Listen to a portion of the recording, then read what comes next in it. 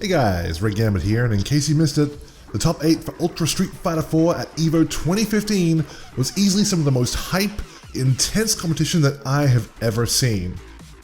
On top of that, it was definitely not without its fair share of controversy.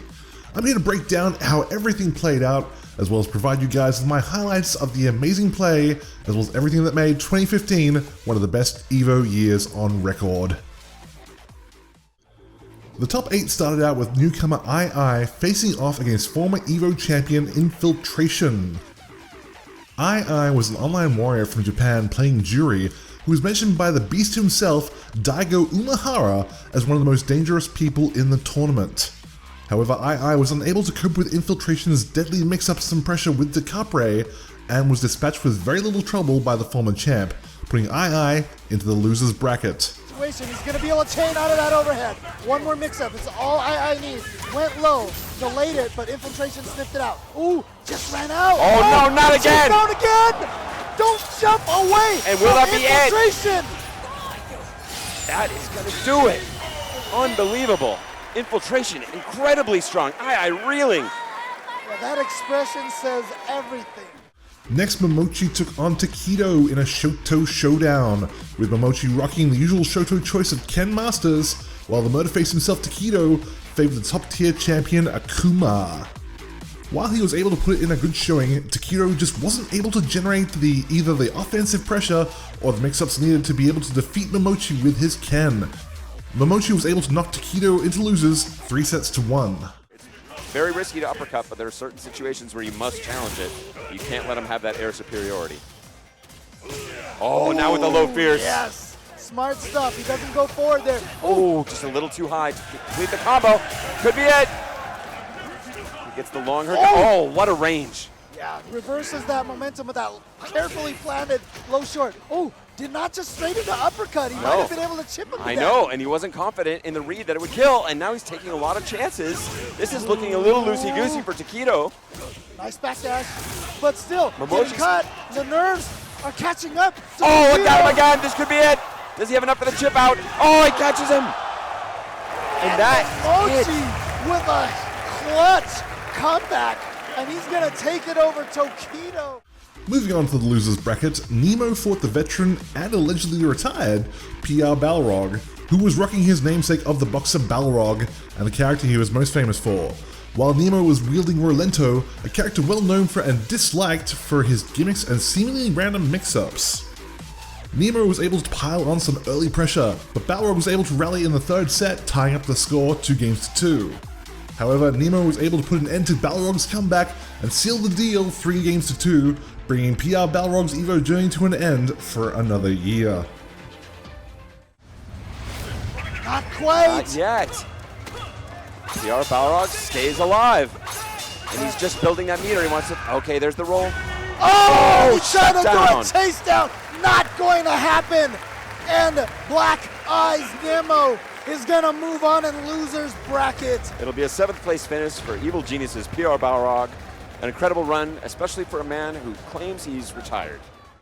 The next match in losers bracket took place between Gamerbee's Adon and NuckleDu's Stoic Guile. Gamerbee is famous for putting Adon on the map as a viable tournament character, and he demonstrated this by using his calm, measured pace to put the pressure on NuckleDu, despite his attempts to frustrate Bee with Guile's spacing and footsies. In the end, Gamerbee was just too much for NuckleDu, sending him out of losers bracket and out of the tournament. Playing aggressive, and we saw that earlier, that With whole Takedo. play, playing not to lose. Oh, and he has not guessed right on these jump-ins from from Gamerbee. And again, getting caught low. He's running out of life. It is still game point. Oh, and again, just the uppercut from Gamerbee. Once again, NuckleDu just didn't believe. But as I said, you gotta know your opponent. Gamerbee, very active. You know, even with Adon, as opposed to someone like Rolento or Fuerte, very kinetic with the character. The next match also took place in the losers bracket, with Nemo facing off against II.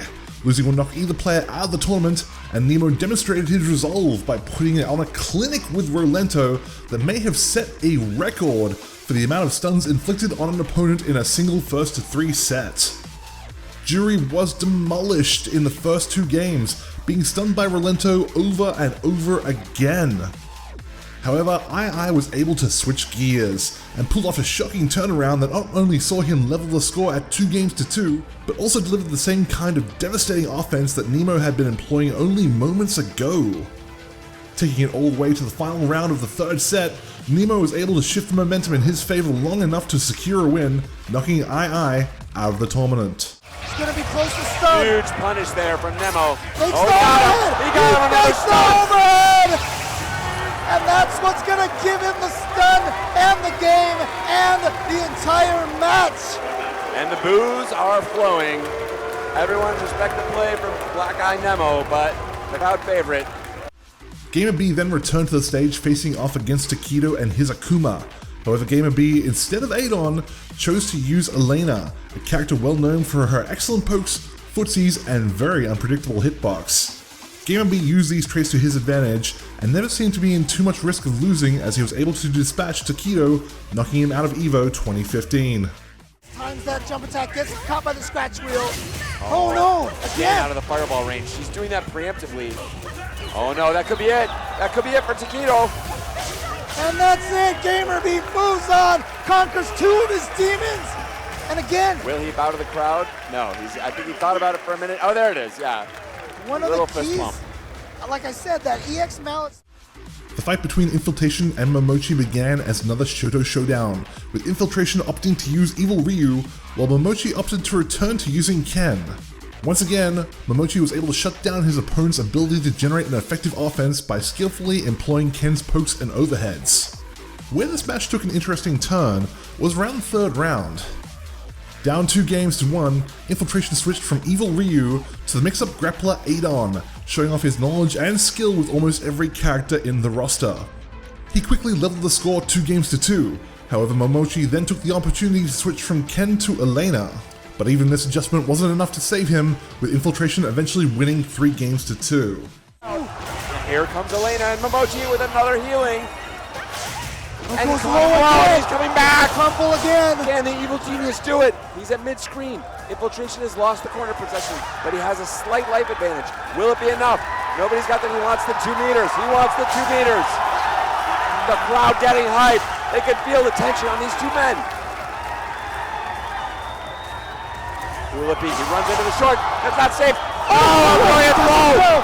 He's got all that screen to walk. Run back. back up. Oh, big save. Incredible match. Ladies and gentlemen, if you want to ask what Street Fighter is, that, ladies and gentlemen, is what Street Fighter is. High-level play, great footsies, just mind games left and right. Next, Gamerbee faced off against Nemo and his Relento. Gamerbee switched back to Adon and showed that his patience and matchup knowledge was more than a match for Nemo's crazy mix-ups and shenanigans. He took the match convincingly, knocking Nemo out of the tournament. Hasn't been able to gain any sort of offensive momentum right now at all. And now some neutral jumps. Oh, yes, only 2 hits. He gets the extra juggle, and he's going to chase him down. He is so on point. Oh, he went for Incredible the... focus. He pays the price there, but he won't cash in the ultra there. Oh. Denying him that fake offense. Again! Gamerbee. Instant overhead into it. EX Air Jaguar kick. It's going to be the combo. The Kung Fu Bao. Such respect. Next was what was easily one of the most memorable matches EVO has ever witnessed. Infiltration versus Gamerbee, with Gamerbee changing back to Elena. Infiltration opted for what was commonly agreed to be Elena's best counterpick, Chun-Li. The match that followed was one of the greatest battles of attrition ever witnessed by human eyes. Choosing Elena's second ultra, healing, Gamerbee was able to recover life during the round instead of inflicting damage. For anyone unfamiliar with how ultras work, they build as you take damage. However, they can also build when you absorb a move with your focus and recover that health naturally. Knowing this, Gamerbee absorbed all of Infiltration's projectiles and healed himself accordingly. He could also heal himself after taking damage normally, which led to him healing himself again and again and again. Nearly 20 minutes had elapsed before even reaching the 3rd round, with each player testing their mental fortitude as they struggled not to crack under the prolonged pressure. Infiltration was down 2-1, So taking a gamble, he switched from Chun-Li to yet another character, Jury. Armed with a better punishment game and the feng shui engine, he was able to tie the score 2-2. Realizing that he could no longer use his healing strategy, Gamerbee went back to Adon, hoping to use his superior footsies to secure the win. The match went down to the third round of the final game. With seconds to spare and a slight life lead, Gamerbee activated his Ultra, with the animation shaving precious seconds off the clock in a technique known as a timer scam. The clock timed out, and he was able to walk away the winner, 3-2. House range, but also willing to sit back at the Jaguar kick range as a threat. Ooh, there it is. Get the Finds it juggle, and the juggle. Now with the corner pressure. Yeah, Gamerbee is trying to be very wary of that EX pinwheel that could turn the tides around very quickly. And I like the advantage for Gamerbee here because he's playing a very simple game. He's only forced to think about a small number of things. If Infiltration continues to sit back like that, he needs to mix it up. He needs to get in Gamerbee's head. Or Gamerbee is playing with such confidence. He's able to poke correctly. So far! His entire game revolving now around that move and standing roundhouse. Looking for an uppercut if the jump comes. Oh, wow! Oh, here it comes. He the must guess properly here. Danger time. Good block on the overhead. And now he's just going to get out of there. Oh, trying to counter. Smart stuff. The feng shui engine pretty much neutralized. Infiltration knows it. Doesn't want to overcommit. Back, yes. He's going to hang back and get it done in an honest way if he's going to get it done at all. Oh, tried to punish it with a great jump back, but a little out of range. Advantage of that EX dagger too, very quick. Looking for the follow-up. He's made a slight dent, but the time is running out. Keep your eye on the clock. 15 seconds. Ooh. Oh! Closing it in. Can Gamerbee get it done? Now he's another roundhouse. He's denying her. He's denying. He can't come in. Uppercuts and then the throw.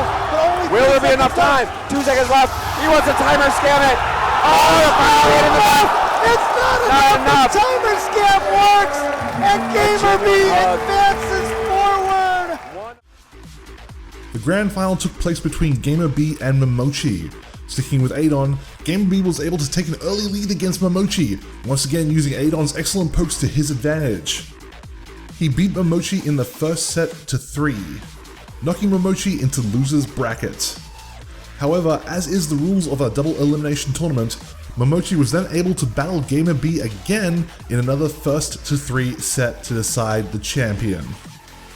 Momochi made the adjustment of switching to Evil Ryu and was able to mount a more effective offense, tying the score at 2-2. However, in the second round of the final match, disaster struck. Already up by 1 round, Momochi's arcade stick suffered a hardware failure, causing the game to pause. Under tournament rules, any opponent pausing the game during a match would be immediately forfeiting the round. That being the case, the round was awarded to Gamerbee, taking the match to a final deciding round. However, armed with a replacement arcade stick and a newfound resolve, Momochi was able to end Gamerbee's championship run. He defeated B 3-2 and was crowned Ultra Street Fighter 4 EVO Champion of 2015. Literally unbelievable display of sportsmanship. Oh no, this is in fact what's happening. He's just knocking him down lower to help so he cannot build any more meter. So he's going to take the round. And he's going to let the time out. Yes, yes, yes. But you know what? What would you do in this situation? You cannot blame Gamerbee for taking this round. No. I mean, it's literally, you can't just jump back into the match. And Momochi, obviously, it was a clear situation. The rules are very clear, and we are going to go. Oh, this is a problem. Momochi's controller paused on him again, yeah. So he's having a stick difficulty at this stage. I can't even believe this. I'm speechless. At this point, to have some sort of major stick malfunction that now has cost him literally a potentially tournament-winning round. And now we're seeing elements of that again. And literally time is running out on Momochi to be able to possibly pause the game and try and address the stick problem between games. And what does this do to your confidence as well? To have your stick sending a signal. Yeah, it seems like they are going to give him, they're going to give, he's going to be given time to see if he can figure out what's wrong with the controller right now. This. That's Choco Blanca, of course, up there. It is literally unbelievable. Yes, they're trying to help him out. Maybe try to find a replacement joystick of dynamic some sort. duo. And in both cases, neither one of these competitors wants this. Yes. But this is just Literally unbelievable. Too much is on the line. Literally unbelievable. Momochi has already qualified. Like I said, well, actually, Gamerbee has officially qualified now, whether he wins or loses. I do want to point that out. He is in the Capcom Pro Tour guaranteed right now, because even if Momochi wins, he's the next highest finisher. So he's in Capcom Pro Tour. But there is a lot of money on the line. There's so much at stake here. Well, this is it. I mean, this is the biggest tournament in the entire world. History. By a mile.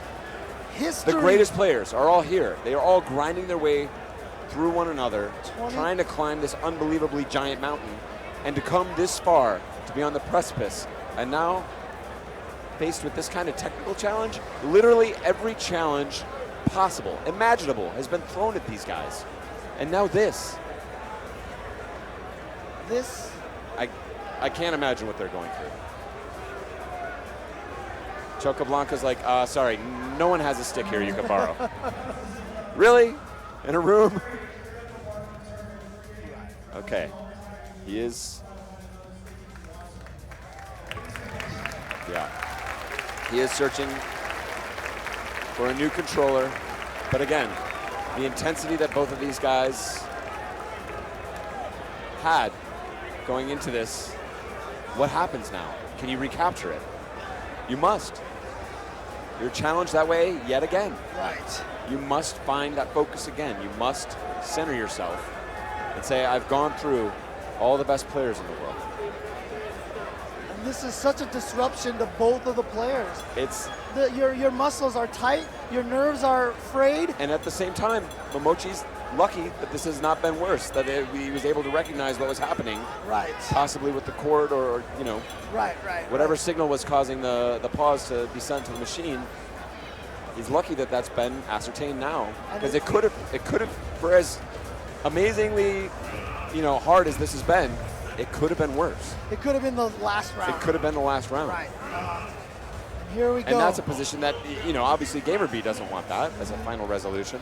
But the time will now count down. And here it is. And we are going to go into the final round. Round Evolution 2015. This is it. Gamerbee opening. He's found that focus. And Momochi will not be pushed off. Looking for that wake-up uppercut and finds it. I was debated out from Gamerbee as well. Like, the tensions are so high now. Back to the neutral game. They both fired out right at the beginning. Ooh. Shooting hard.